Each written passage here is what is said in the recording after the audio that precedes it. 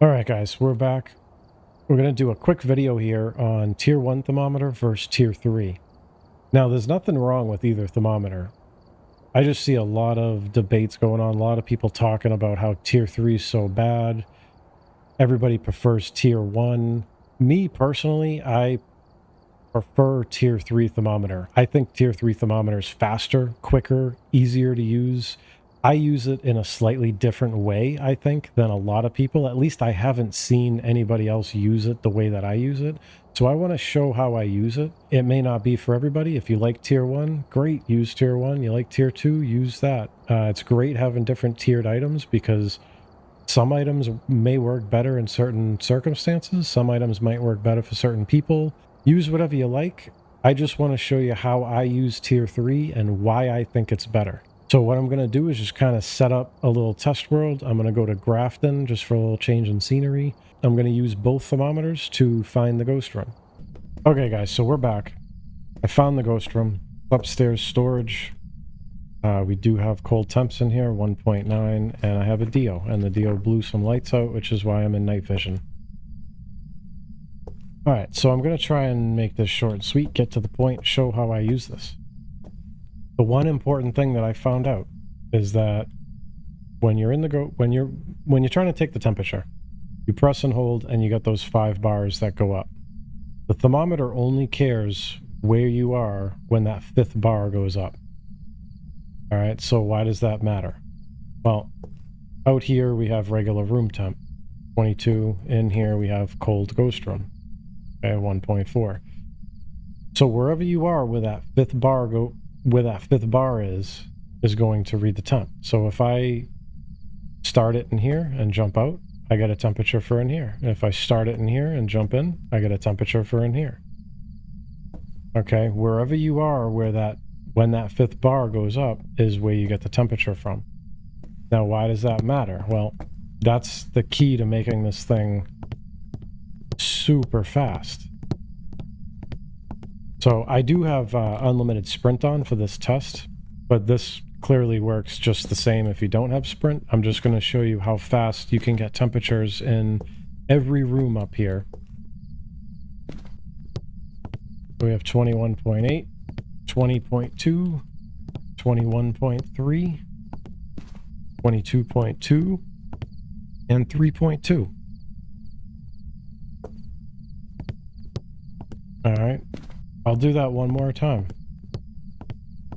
I didn't have to stop running at all to take those readings, and that's why I like this thermometer over the Tier 1. That's why this, in my eyes, is clearly so much better than Tier 1. It's so much faster. You can literally run through a house with the thermometer and get readings in every room without stopping.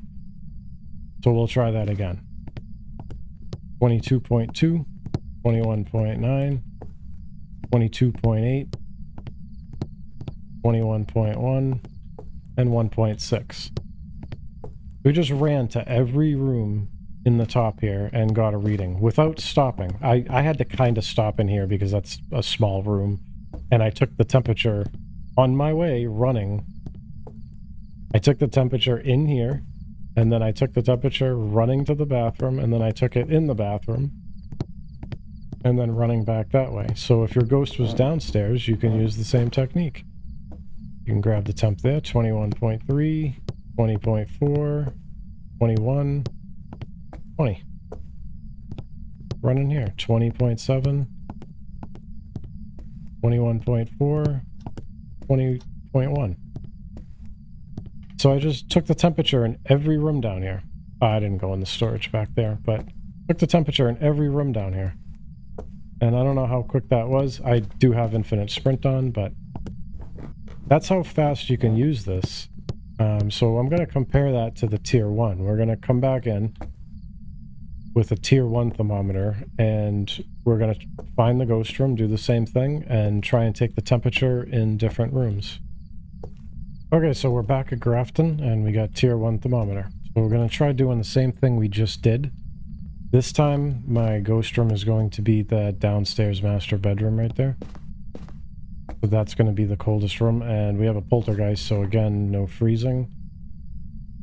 So this is how I would typically try and find the ghost room if I'm using a thermometer and I only have tier 1. So obviously I'm in this room, it's 20 degrees, that's room temp. I am going to try and do this as fast as I can.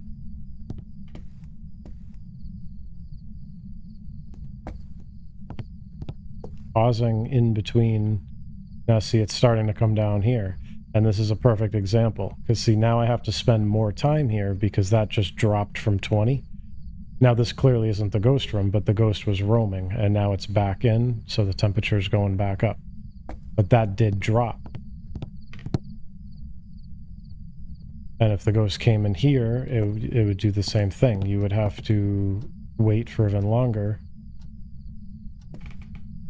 before you got a reading. Now, obviously, when I come in here, it's going to start dropping. But it does take a lot more time than using the tier 3. We just had a ghost event out here now, so that's actually a good time to illustrate this. We have 20 degrees here. If you run in here, 20 degrees there. If you run in here, oh, now it's starting to go down. So if the ghost roams in here, you have to wait. Now you have to wait even longer, because does it stop moving? You know, temperature's going down. If you compare the tier 1 to the tier 3, I prefer tier 3. It's faster. There's less time that you have to waste by stopping and seeing what the temperature is going to fall to, where the tier 3 will just tell you instantly. But if you have a ghost that's constantly moving and you want to be able to pick it up and you know it's somewhere around here and you want to be able to just pick up a thermo and just run, you could have just checked these 3 rooms with the tier 3 thermo, and there's no way that you can do that with the tier 1. It wouldn't even register going down that fast. You can't even see what it's doing, like, because it takes time. I'm going into the ghost room and it's like not even coming down. Now it looks like it's going down in different rooms. And that's kind of my point, because if you're running from room to room, you can't get a temperature running from room to room with the tier 1. And that's what makes the tier 3 faster. And that's the reason why I like tier 3 over tier 1.